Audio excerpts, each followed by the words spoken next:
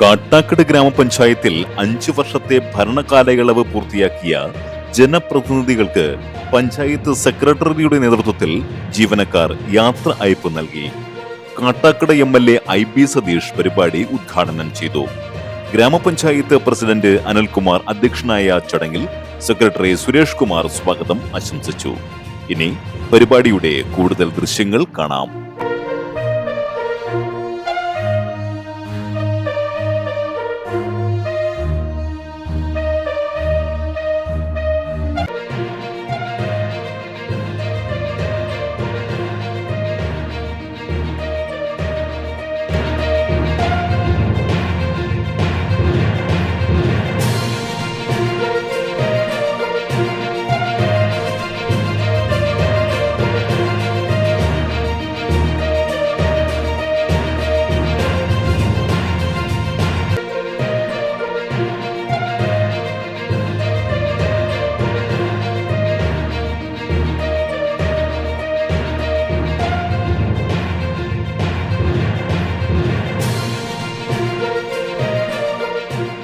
കൽദൈവങ്ങളെ തൊഴുന്നവരെ നിങ്ങൾ ഈ കൽപ്പണിക്കാരെ മറക്കരുത്.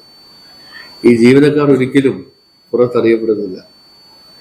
ഒരു റോഡ് ടാറിടുമ്പോഴും, ഒരു കെട്ടിടം വയ്ക്കുമ്പോഴും, ഒരു ഹൈമാസൈറ്റ് ഉദ്ഘാടനം ചെയ്യപ്പെടുമ്പോഴും അത് എത്ര സീറ്റുകളിലൂടെയാണ് കിടന്നത്. ഏതെങ്കിലും ഒരു ഘട്ടത്തിൽ ഏതെങ്കിലും ഒരു ക്ലർക്ക് ഒരു കുറിയിട്ടാൽ, ഒരു സംശയം ചോദിച്ചാൽ, ഒരു സ്പഷ്ടീകരണം എഴുതിയാൽ ആ ഫയല് എത്ര കാലം അത് പിന്നീട് കാലതാമസം വരും.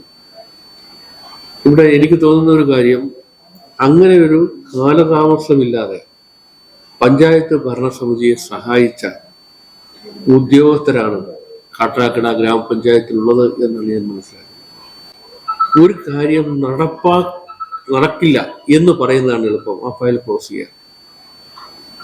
ഒരു കാര്യം നടപ്പാക്കുക എന്ന് പറയുന്നത് പാടാണ്. കാരണം ഒരു കാര്യം സാധാരണഗതിയിൽ റൂട്ടീനായി നടക്കുന്ന കാര്യങ്ങളല്ല. അസാധാരണമായി പുതിയ ചില ആശയങ്ങൾ നടപ്പാക്കണമെങ്കിൽ ഒറ്റ നോട്ടത്തിൽ ഇത് നടക്കുന്ന കാര്യമല്ല എന്ന് പറഞ്ഞു വെച്ചാൽ പിന്നെ ആ പ്രശ്നം തീർന്നു. പക്ഷെ നിങ്ങളുടെ സെക്രട്ടറി ഉൾപ്പെടെയുള്ള ഉദ്യോഗസ്ഥ സുഹൃത്തുക്കൾ എങ്ങനെ നടത്താം എന്ന് ചിന്തിക്കുന്നത്.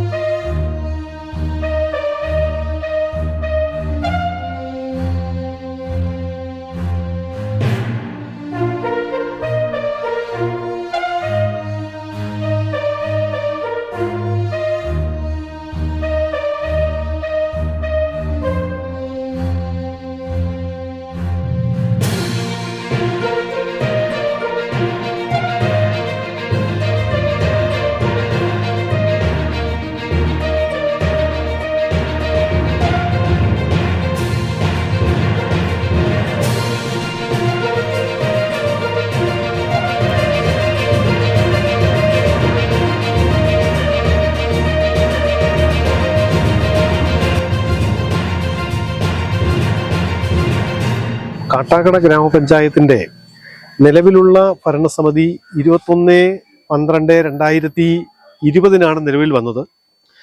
ആ ഭരണസമിതിയുടെ കാലാവധി അവസാനിക്കാൻ പോവുകയാണ്. അപ്പോൾ കഴിഞ്ഞ 5 വർഷക്കാലം ഇപ്പോഴത്തെ ഭരണസമിതി 21 അംഗങ്ങളുള്ള ഭരണസമിതി സുദീർഘമായ സേവനമാണ് ജനങ്ങൾക്ക് നൽകിയത്. അപ്പോൾ ജീവനക്കാരുമായി ചേർന്ന് നിന്നുകൊണ്ടുള്ള ഒരു ഭരണ നിർവഹണമാണ് ഭരണസമിതി ചെയ്തിട്ടുള്ളത്. അതുകൊണ്ട് തന്നെ ഈ ജനകീയ ഭരണസമിതിക്ക് ഒരു ആദരവ് നൽകണം എന്ന് നമ്മൾ സ്റ്റാഫ് കമ്മിറ്റി തീരുമാനിച്ചു. അതിൻ്റെ അടിസ്ഥാനത്തിലുള്ള ഒരു സ്നേഹാദരവ് ചടങ്ങാണ് ഇവിടെ നടക്കുന്നത്. ബഹുമാനപ്പെട്ട MLA എത്തി ആ ചടങ്ങ് ഉദ്ഘാടനം ചെയ്തു. ബഹുമാനപ്പെട്ട ഗ്രാമപഞ്ചായത്ത് പ്രസിഡന്റ് ശ്രീ അനിൽകുമാർ ഇതിൻ്റെ അധ്യക്ഷനാണ്. എല്ലാ ഗ്രാമപഞ്ചായത്ത് കമ്മിറ്റി അംഗങ്ങളും പങ്കെടുക്കുന്നുണ്ട്. അപ്പോൾ നമ്മുടെ ഗ്രാമപഞ്ചായത്തിനെ സംബന്ധിച്ച് ഈ കഴിഞ്ഞ കാലയളവിൽ 2020 മുതൽ 25 വരെ നമ്മൾ നോക്കുമ്പോൾ ഒട്ടനവധി ക്ഷേമ വികസന പ്രവർത്തനങ്ങളാണ് നടത്തിയിട്ടുള്ളത്.